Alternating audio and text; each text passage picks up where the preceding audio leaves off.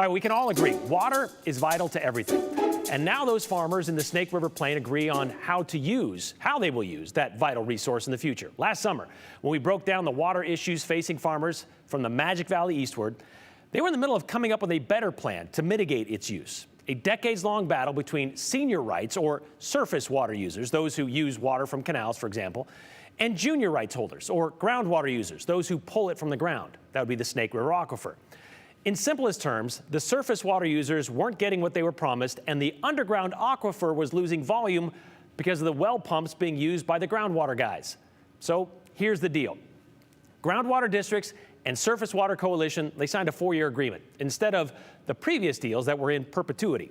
Groundwater users can now average, meaning if they use less water in 1 year, they can use that credit the next year if need be. More regular metering of water usage. That's going to happen for groundwater users too. It's going to happen monthly instead of just a handful of times during the season, and it will be in real time.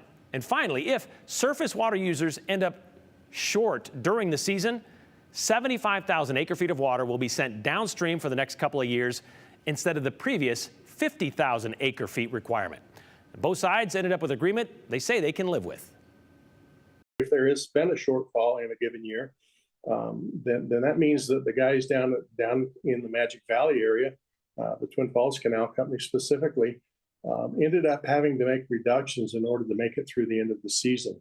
They were short of water. They didn't have enough water as a result of groundwater pumping in eastern Idaho. The big part of this mitigation plan is that they are required to secure an amount of water in order to keep the senior surface water rights whole. They will secure that, and if we run short, they'll send that water down to us to keep us whole.